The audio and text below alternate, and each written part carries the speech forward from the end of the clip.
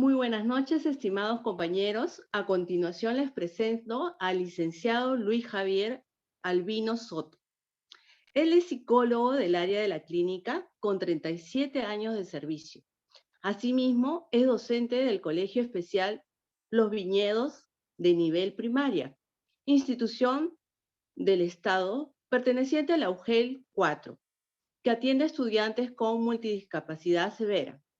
También se desempeña como docente en el Colegio Chino Juan 23 de nivel secundario. Le damos la bienvenida, licenciado Luis Javier. A continuación le vamos a formular algunas preguntas. ¿Cuál cree usted de los trastornos que existen en el aprendizaje es el que causa mayor dificultad para aprender a los estudiantes? Bien, es cierto. Y más aún, el rendimiento en áreas académicas significativamente por debajo de lo esperado, ¿no? Porque no todos aprendemos de la misma manera ni con el ritmo. Los padres deben de aprender a conocer las señales que indican los posibles problemas de aprendizaje de sus hijos, como es la dificultad en atender a seguir instrucciones, dificultad para recordar lo que acaba de decir, como también considera mucho lo que es los fracasos académicos. Como consecuencia de ello, el poco dominio de destrezas como la lectura, la escritura, o a veces también el trabajo con lo que es con las matemáticas. Seguimos.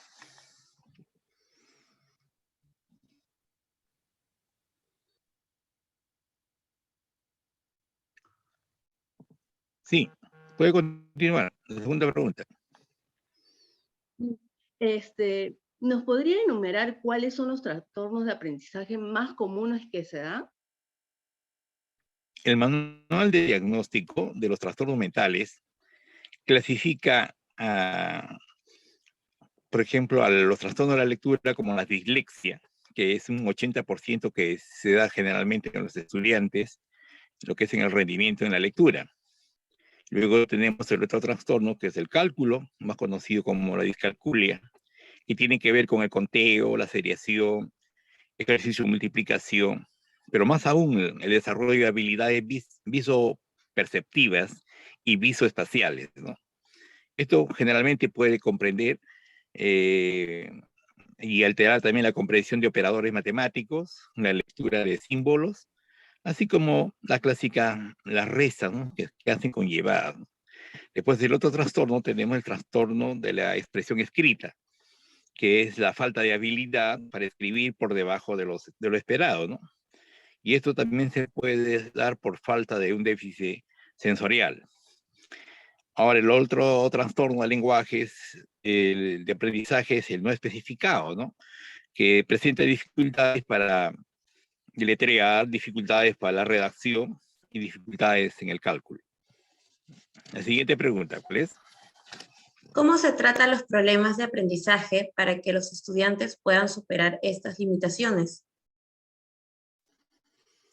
Generalmente para tratar este problema de aprendizaje, nosotros buscamos detectar la razón de su fracaso escolar. Por ejemplo, el otro es si tienen una baja autoestima, que tiene que ver mucho con la determinación del estudiante, ¿no? Asimismo, también la lentitud en la finalización de los deberes. Otra cosa también que se observa son las distracciones en el estudiante, que se distrae con mucha facilidad. Y por último, la escritura y la lectura, que son muy lentos, ¿no?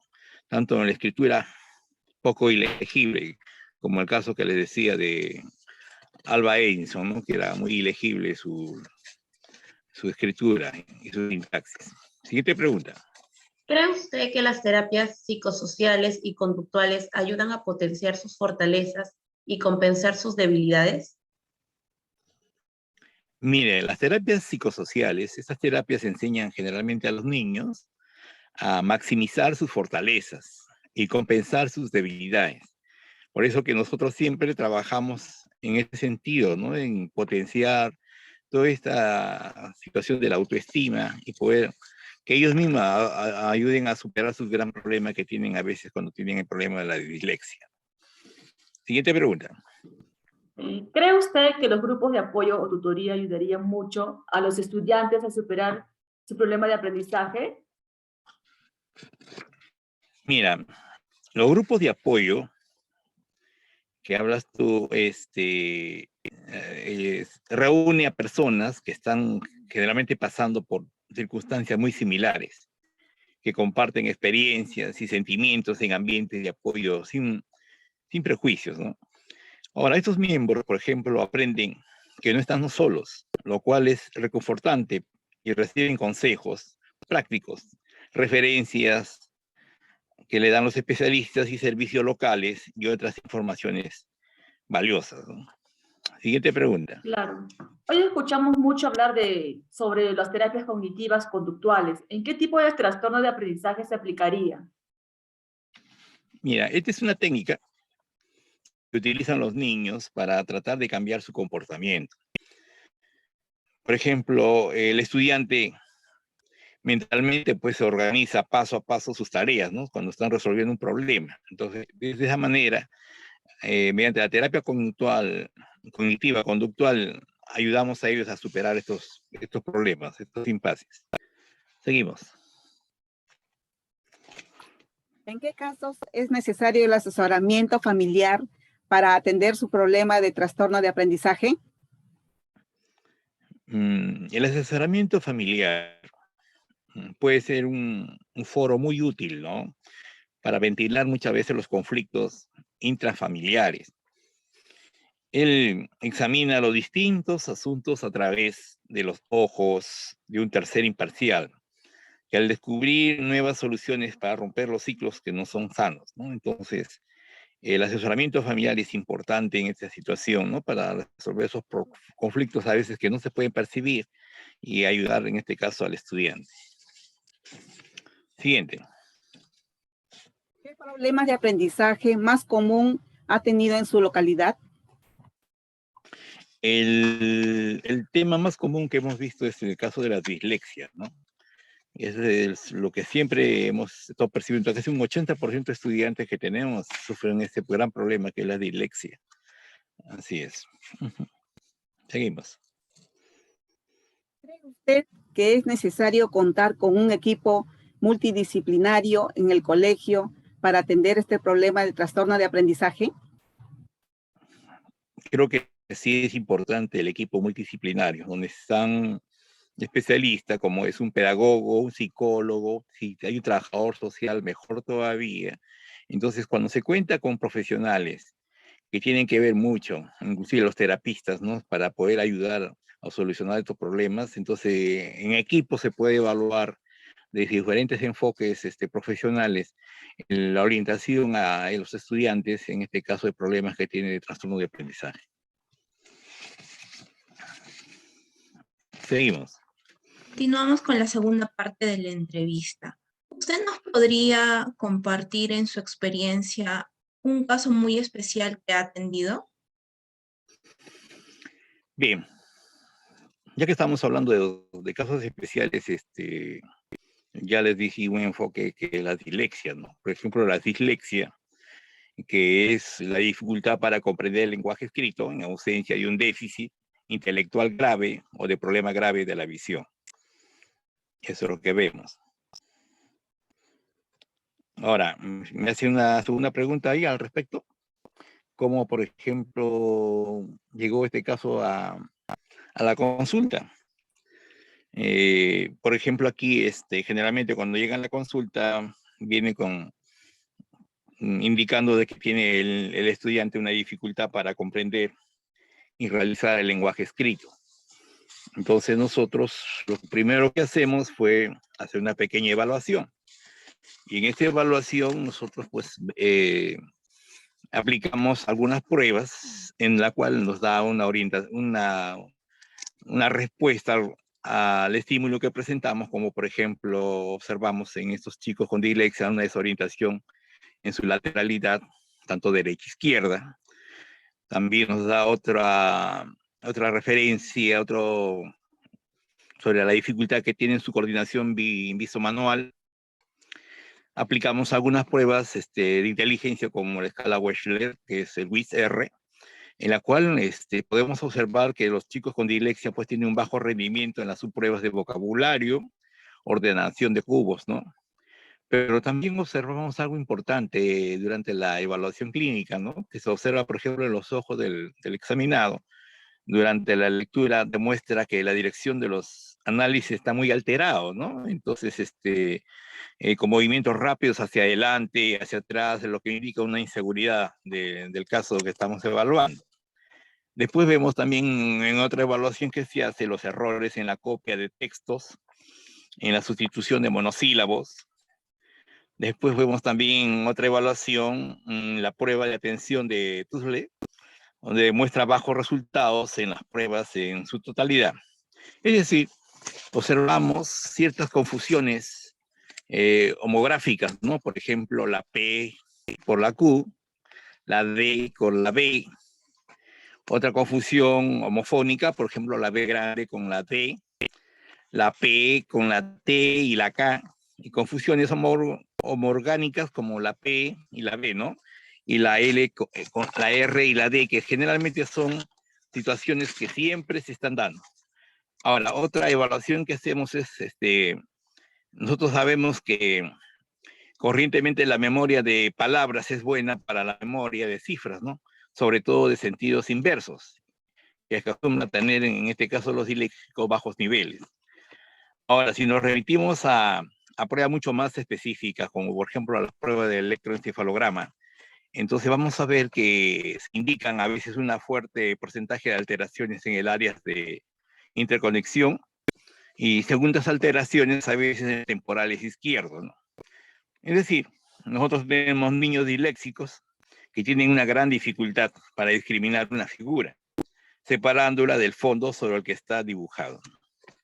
Ahora, ¿cuáles fueron el motivo del diagnóstico al respecto sobre esto, ¿no? Por ejemplo, después de estas evaluaciones que hemos hecho, vemos que podemos distinguir que la persona con dislexia, esta persona pues tiene ciertas anormalidades en todo el orden, ¿no? Que puede desembocar en dichos resultados.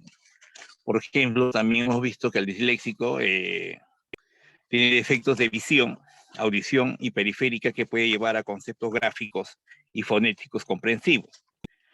Pero también hemos observado algo muy importante en la parte clínica, lo que es los factores emocionales, que también lo podemos considerar como parte del diagnóstico que puede haber desencadenado un cuadro de rechazo hacia el rendimiento escolar, ¿no? Es decir, la carencia afectiva, que es importante. Y también lo más importante que siempre vemos los maestros es los errores pedagógicos, ¿no? Como es la inasistencia a clases, las enfermedades que se presentan. Ahora, todo este diagnóstico nos va a...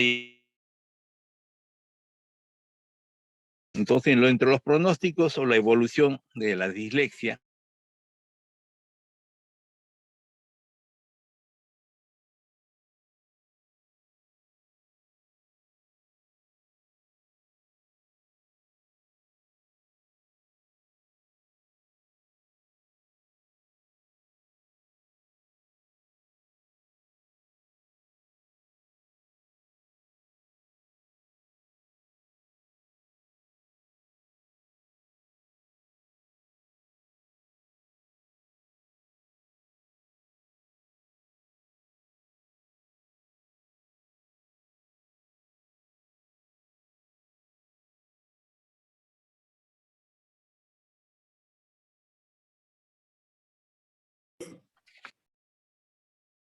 Y por bien, último, ¿qué terapias recibe? miren, entre las terapias que tenemos que considerar nosotros, para ya dar solución a este problema de la dislexia, se debe de iniciar una corrección del aprendizaje de habilidades básicas. Si el niño no tiene habilidades básicas, va a ser bien difícil a veces superar este problema. Para esto nosotros tenemos como maestros investigar por debajo las habilidades de este tipo, ¿no? De la parte académica. Entonces tenemos que tener un sólido concepto de la materia. ¿A qué me refiero esto? Si yo, como maestro, quiero ayudarlo a este estudiante con dislexia, tengo que saber que el niño aprende a reconocer lo que es delante, lo que es detrás, lo que es encima, lo que es debajo, lo que está antes de. Entonces, de esa manera, nosotros vamos desarrollando sus habilidades visomotoras y podemos comprobar si este niño que tiene dificultad o no para este problema de solucionar su problema de dislexia. Entonces, es la única forma en la escuela como podemos nosotros buscar la manera de ayudar a un estudiante. Como les digo, es importante siempre el apoyo emocional, darle la seguridad y la autoestima referida, ¿no? Porque en realidad muchas veces en las escuelas se pierde eso, con el famoso bullying que siempre hacen los escolares o se burlan, ¿no? Entonces nosotros debemos buscar. Como ya les decía hace un momento, ¿no? El famoso, desde el señor Alba Edison, ¿no? Alba Edison, él tuvo ese gran problema, pues. Cuando él ingresó a la escuela, se burlaban de él por su situación de que él no se adaptaba, pues, al colegio. Entonces, según su biógrafo, dice que Alba Edison entró a los 8 años de edad a la escuela. A los 3 meses abandonó su casa y se rehusó volver, ya no quiso volver a la escuela. Y él ya nunca más asistió a la escuela. Su mamá, de Tomás Alba Edison, había sido maestra y le enseñó ella a leer, a escribir y aritmética. Pero como en esas épocas no había pues, profesionales para orientarlo y ayudarlo, Edison nunca supo deletrear, y de adulto su gramática y su sintaxis era muy deficiente. Esto es lo que podemos recordar entre los disléxicos célebres que tenemos en la historia a este gran hombre, que fue después más adelante un gran descubridor de la electricidad, en la cual nosotros ahora gozamos y vivimos bajo esta situación en las noches, ¿no? Entonces, por eso yo digo, son personas muy inteligentes, pero hay que ayudarlos. Eso es todo. Yo les agradezco su entrevista y si alguna pregunta más estoy para responderles. Gracias.